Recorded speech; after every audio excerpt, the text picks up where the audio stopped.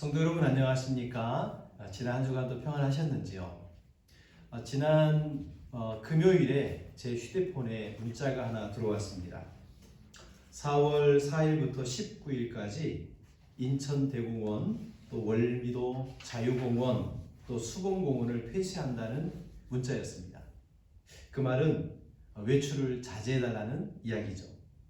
지금 사회적 거리 두기 운동이 5일까지로 원래 1차적으로 마무리하려고 했는데 이 코로나 바이러스의 상황이 여의치 않아서 4월 19일까지 미뤄졌습니다. 이런 분위기의 편승에서 우리 교회도 함께 모여 예배드리고 싶지만 당분간 4월 중순까지 모든 일정을 좀 더 미뤄야 되겠다라고 결정을 했습니다. 예전 같으면 이번 한 주 동안을 우리가 종료주일, 고난주간이라고 해서 주님의 고난을 묵상하며 기도회도 하고 또 다음 주일에는 부활주일이기 때문에 축제와 같은 예배도 드렸습니다. 그런데 이런 모든 일들을 이제 잠정적으로 보류하고 우리가 4월 말 26일 날 부활주일 예배로 우리가 드리려고 합니다. 부디 4월 19일까지 코로나 바이러스가 종식되고 또 가정과 직장과 학교를 비롯해서 우리의 모든 일상과 교회도 이제 정상적이 될 수 있도록 기도를 좀 해주시기를 부탁을 드립니다. 그래서 4월 26일 날 부활절에는 우리가 다 같이 모여서 예배할 수 있는 그런 은혜가 임하기를 소망합니다. 오늘은 다니엘 설교 세 번째 시간입니다. 다니엘은 이스라엘 역사 중 가장 어둡고 비참한 비극적인 시대를 살았던 인물이죠. 어리석은 왕과 또 타락한 지도자들 때문에 유대 왕국은 바벨론 제국의 칼날에 갈갈이 찢기고 말발굽에 짓밟힙니다. 하나님의 특별한 보호와 사랑을 받고 있다는 예루살렘 그리고 성전도 불타고 무너지고 말았습니다. 하나님께 제사 드렸던 그 성전의 기구들도 바벨론 왕의 술잔이 되고 말고요. 수많은 사람들이 포로로 끌려가고 다니엘은 그런 상황 속에서 바벨론의 언어와 학문과 그들의 제도를 배우면서 부모님이 지어준 이름이 아니라 벨드사살이라는 바벨론 사람의 이름으로 불리는 비극적인 삶을 삽니다.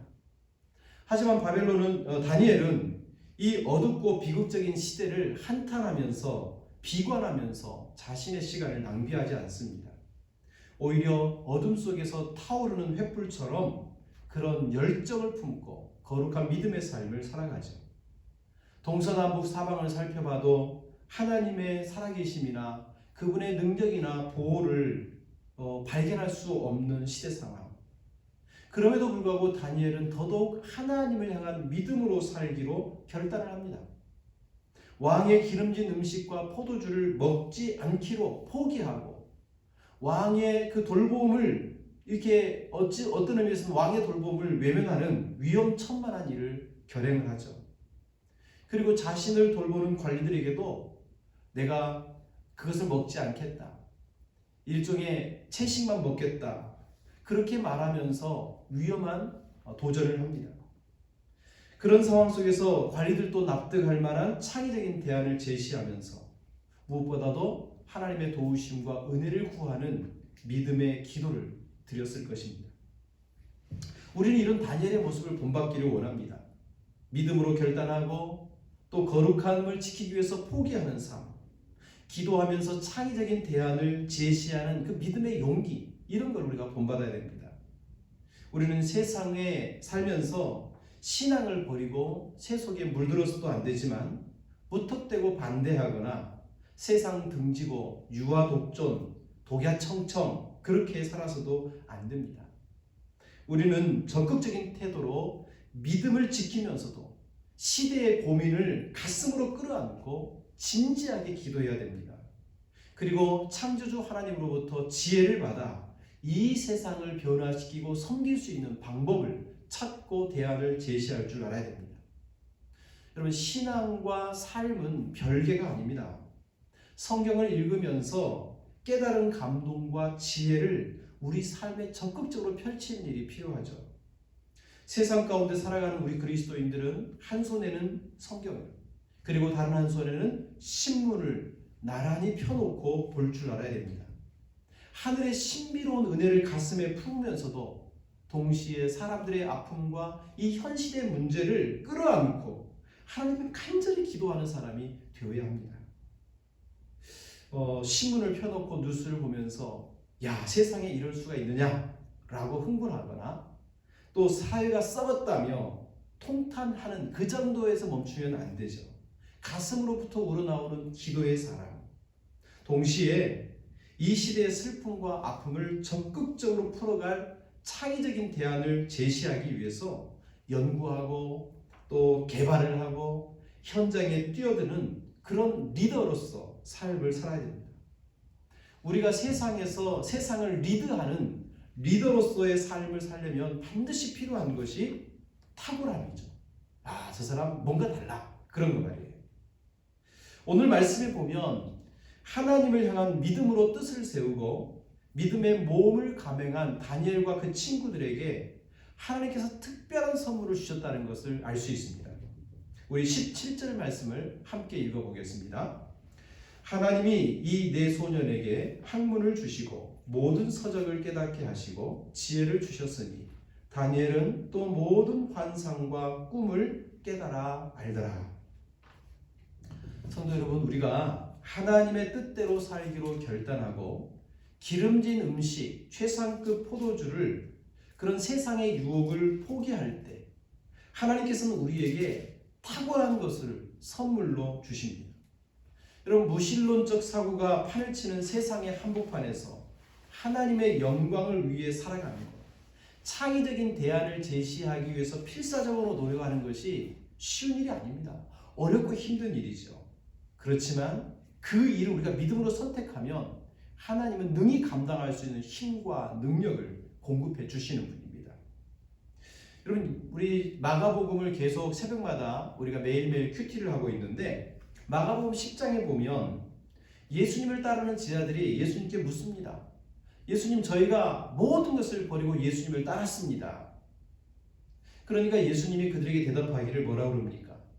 나와 복음을 위해서 형제나 자매나 집이나 어머니나 아버지 이것들을 다 포기하고 예수님을 따르게 되면 죽은 다음에 영생을 얻는 것, 그건 당연한 일이지만 살아있을 때에도 박해도 받고 어려움도 당하지만 동시에 10배나 더 되는 복을 받는다고 약속해 주셨습니다.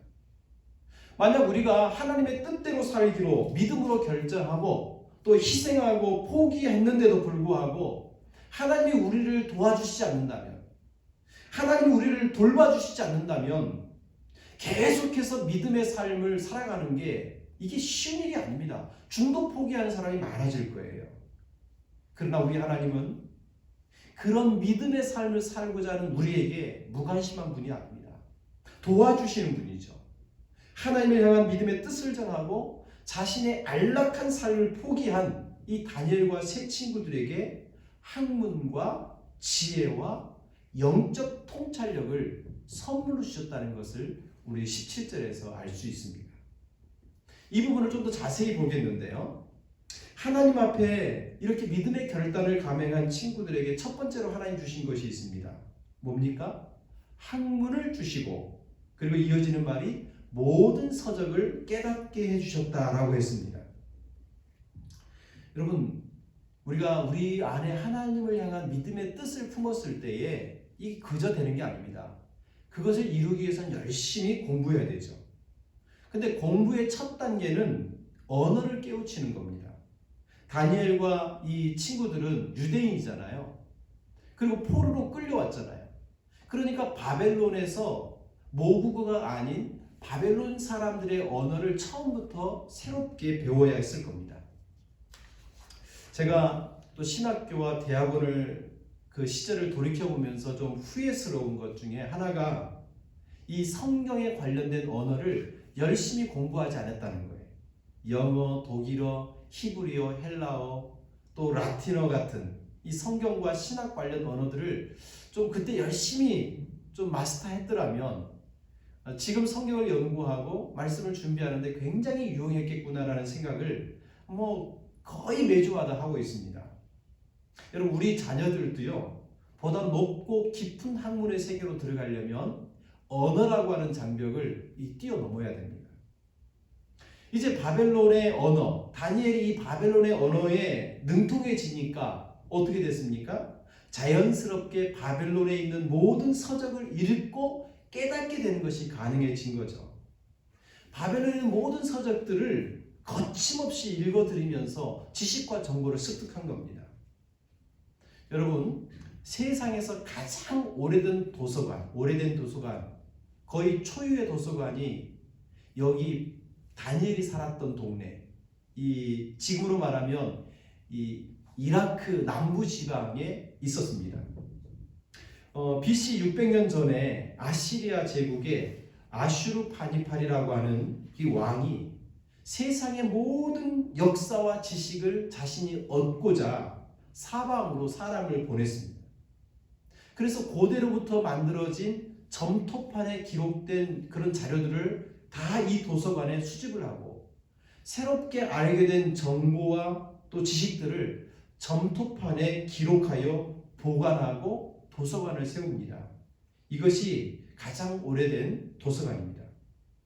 그런데 이 거대한 지식 창고를 기반한 아수르 제국을 무너뜨리고 바로 그 위에 세워진 나라가 바벨론 제국이에요. 그러니까 예나 지금이나 책이라고 하는 것은 지식과 또 정보의 창고죠. 그러니까 아수르에 있었던 모든 도서관을 바벨론 제국이 소유하게 되었고, 다니엘은 그 도서관에 앉아서 수많은 지식과 정보들을, 고대로부터 축적되어진 모든 지식들을 차곡차곡 흡수했던 겁니다. 하나님의 도우심으로 학문과 수많은 지식을 탐독하며 지식을 축적한 이 다니엘과 친구들에게 하나님께서 더해 주신 것이 있습니다. 그게 뭐냐면 지혜라고 하는 거죠. 여러분, 지식이 많다고 해서 모두가 탁월한 삶을 사는 건 아니죠. 지식이 단편적인 것이라고 하면 그 단편적 지식을 통째로 엮는 이 통전적인 깨달음이 바로 지혜입니다. 정보가 많다고 해서 아주 훌륭한 기술을 만들어내는 것은 아닙니다. 정보의 좋고 나쁨을 구별하고 그 좋은 정보들을 융합시킬 때 아주 훌륭한 기계라든지 또 어떤 자료들이 만들어지는 거죠. 수많은 책들을 통해서 얻은 지식과 정보들, 그것을 효과적으로 조합할 때 10배, 100배의 시너지가 발생하는 겁니다. 바로 그것이 지혜예요.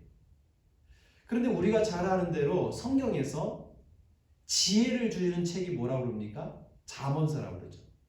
근데 잠언서에서 끝없이 우리에게 이야기하는 게 뭐냐면 하나님이 지혜로우신 분이다. 그리고 하나님을 경외하게 되면 뭘 얻는다? 지혜를 얻는다. 그런 말을 하잖아요. 그러니까 여호와를 경외하고 하나님을 믿는 믿음을 지키며 하나님께 도움을 구했던 다니엘과 이 친구들에게 하나님이 지혜를 덤으로 주신 겁니다.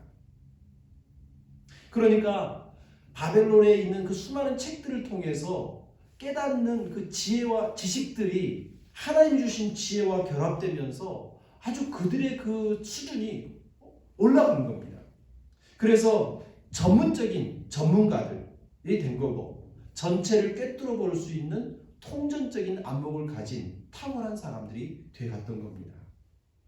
특별히 오늘 17절 말씀 끝에 보면 다니엘에게만 더 주신 게 하나 있습니다.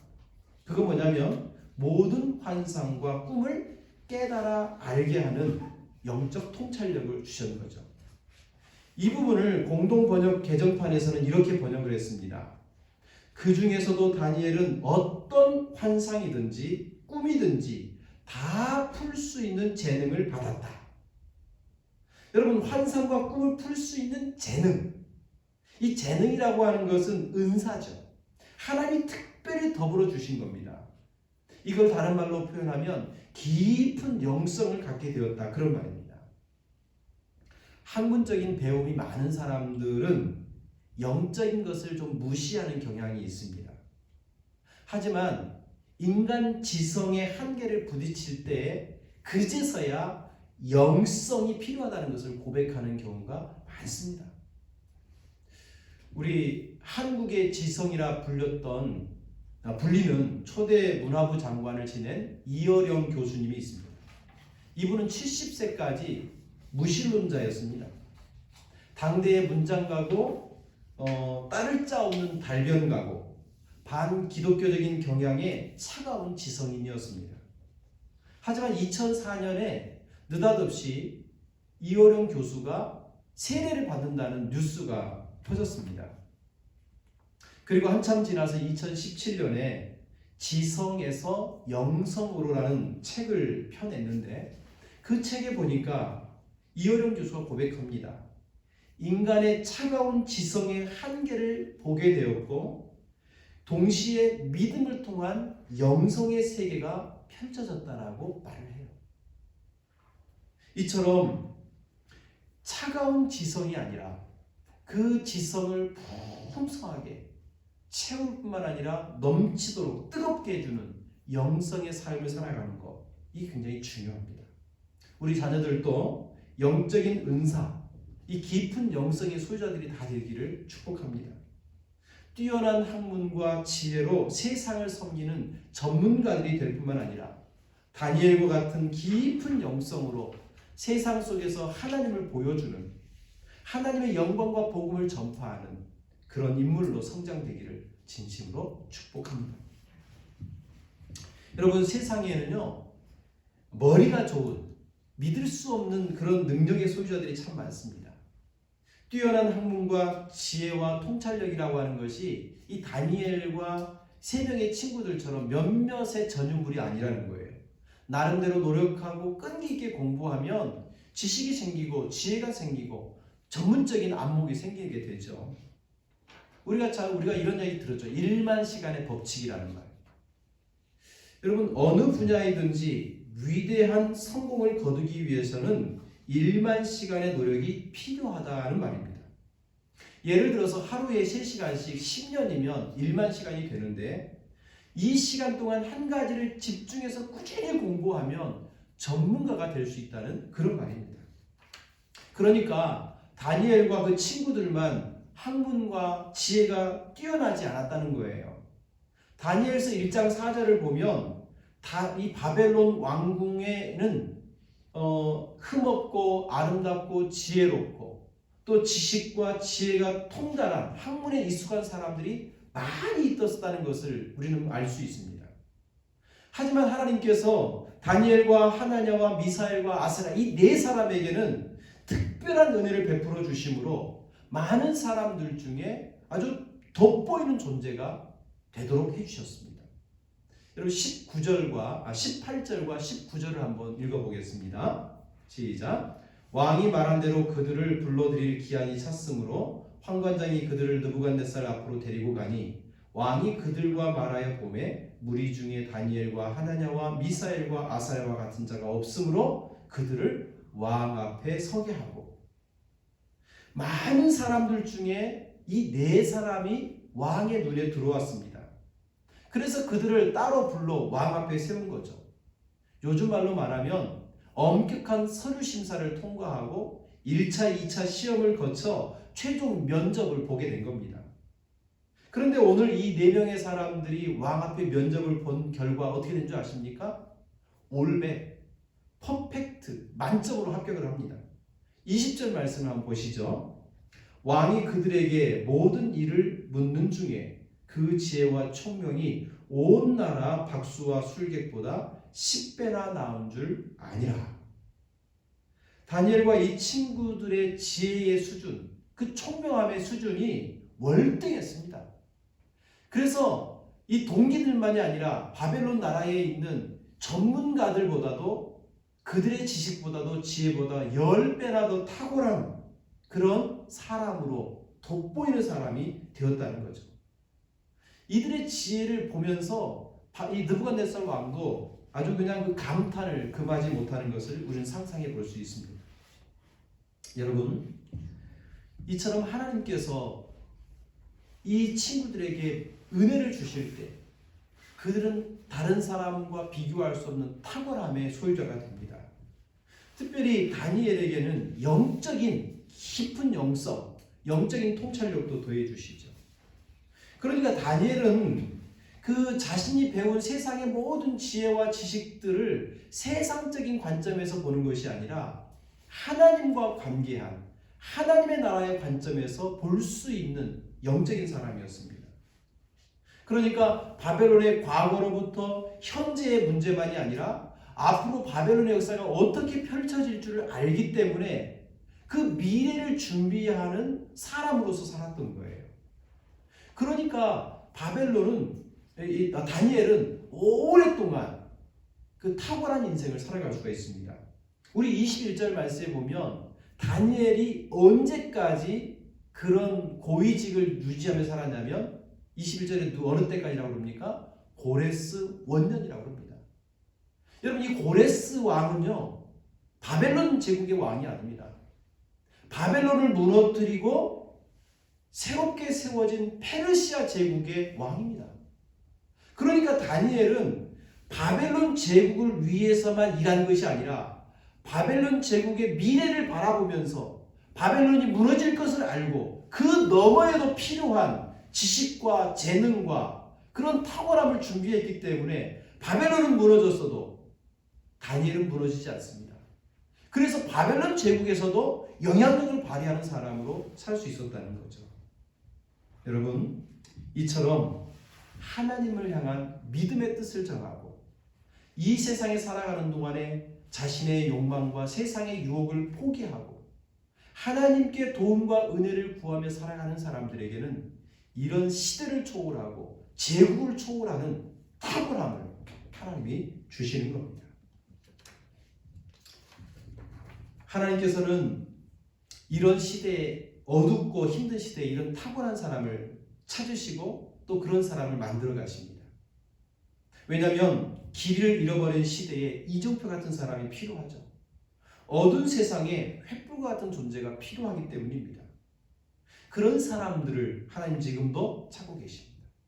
우리 여기 기쁨의 교회 모든 성도들이 하나님께 탁월함을 선물 받는 믿음의 사람들 다 될 수 있기를 소망합니다. 여러분, 아브라함도요, 자신의 고향과 친척과 아버지 집, 안락한 삶을 포기했을 때, 그리고 하나님의 뜻을 따라가기로 결정했을 때 그는 믿음의 조상이라고 하는 탁월함을 선물 받습니다.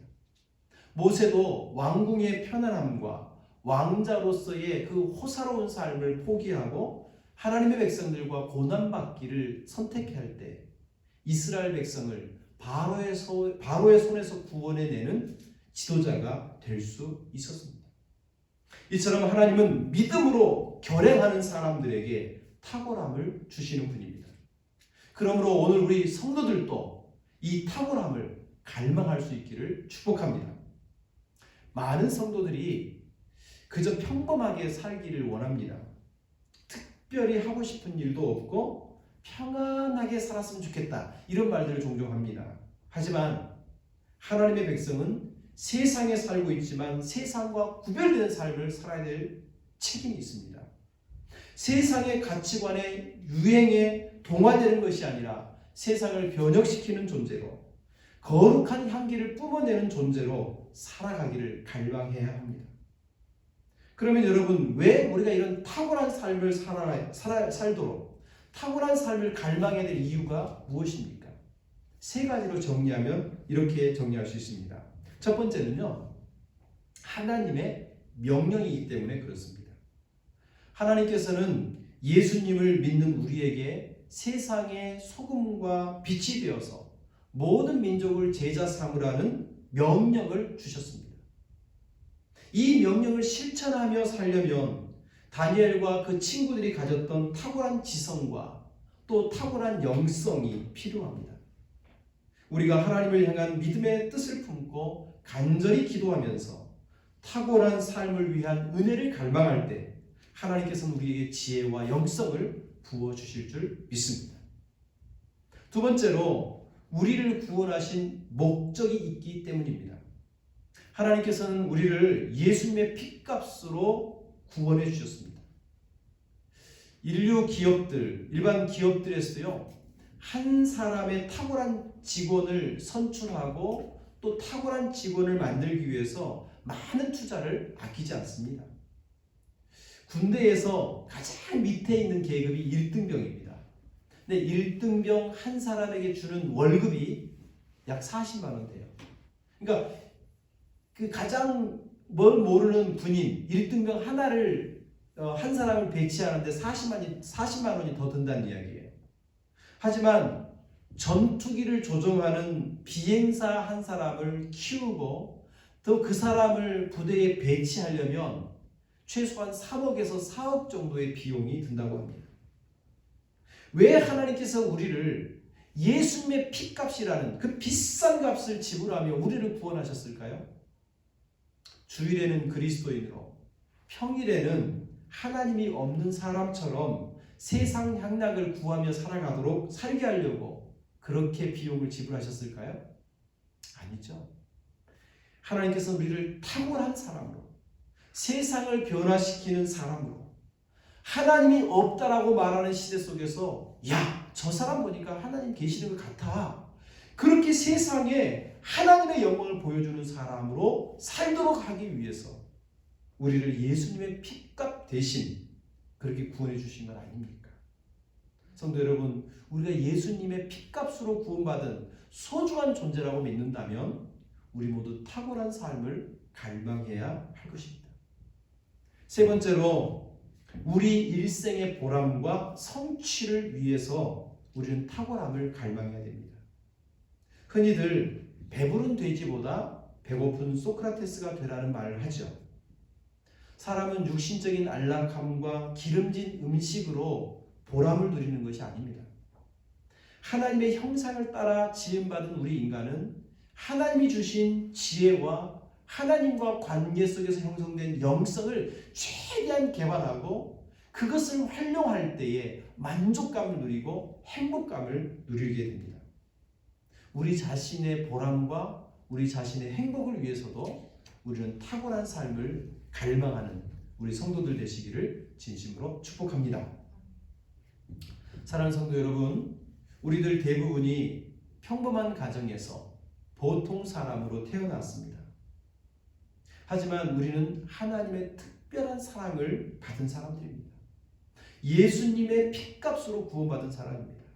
성령 하나님은 지금도 우리로 하여금 하나님께서 디자인하신 아주 풍성하고 아름다운 삶을 살아가도록 자꾸만 도와주시고 인도해 주시고 지혜와 영성을 막 부어주시는 그런 분입니다.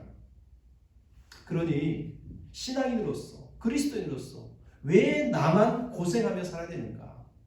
왜 나만 희생하며 살아야 되는가? 우리가 원망하고 불평할 필요가 없습니다. 우리가 고생하거나 희생하는 것은 하나님의 영광과 우리 자신의 보람찬 삶을 살기 위해 치르는 약간의 비용이라고 생각하면 좋겠습니다. 오히려 우리는 믿음으로 뜻을 정하고 적극적인 마음과 태도로 하나님께 지혜를 구하고 능력을 구하고 영성의 그 탁월함을 구한다면 하나님은 세상에서 얻을 수 없는 그 행복과 기쁨을 우리에게 선물로 주실 줄 믿습니다. 오늘 사랑하는 성도 여러분, 우리에게 주신 시간이 우리가 처하는 모든 환경이 하나님의 영광을 드러낼 수 있는 기회라고 생각해 봅시다. 우리에게 주신 이 기회를 그냥 흘러보내지 말고 하나님으로부터 지혜와 하나님으로부터 깊은 영성을 우리가 받아서 세상 가운데 탁월한 사람으로 살아갈 수 있기를 진심으로 소원합니다. 녹슬어서 폐기처분 되는 인생이 아니라 하나님의 도구로 소중히 쓰임받다가 우리의 삶의 주변을 아름답고 풍성함으로 채워가는 그런 믿음의 사람들 다 될 수 있기를 진심으로 소망합니다. 기도하겠습니다. 하나님 아버지, 고맙고 감사합니다. 오늘 다니엘을 통해서 우리에게 주신 믿음의 교훈을 발견하고 깨닫고 실천하기를 원합니다. 하나님을 향한 믿음의 뜻을 세우고 그 뜻을 이루기 위해서 자기를 포기하며 기도하고 창의적인 대안을 찾았던 다니엘, 그에게 하나님께서 지혜를 더해 주시고 지식을 더해 주시고 또 깊은 영성을 더해 주셔서 세상과 구별된 탁월한 사람이 되게 해 주셨습니다. 그 탁월함으로 인하여 하나님의 나라를 나타내 보여주고 하나님의 영광과 하나님 나라의 영원함을 세상에 증명해 보이는 사람이 되었습니다. 사랑하는 우리 기쁨의 모든 성도들도 하나님께 이런 은혜 있기를 소망합니다. 믿음으로 결단하고 주님의 영광을 위해서 나의 삶을 통하여 하나님을 드러내는 그런 믿음의 사람들 다 되도록 도와주옵소서. 예수님의 이름으로 기도합니다. 아멘.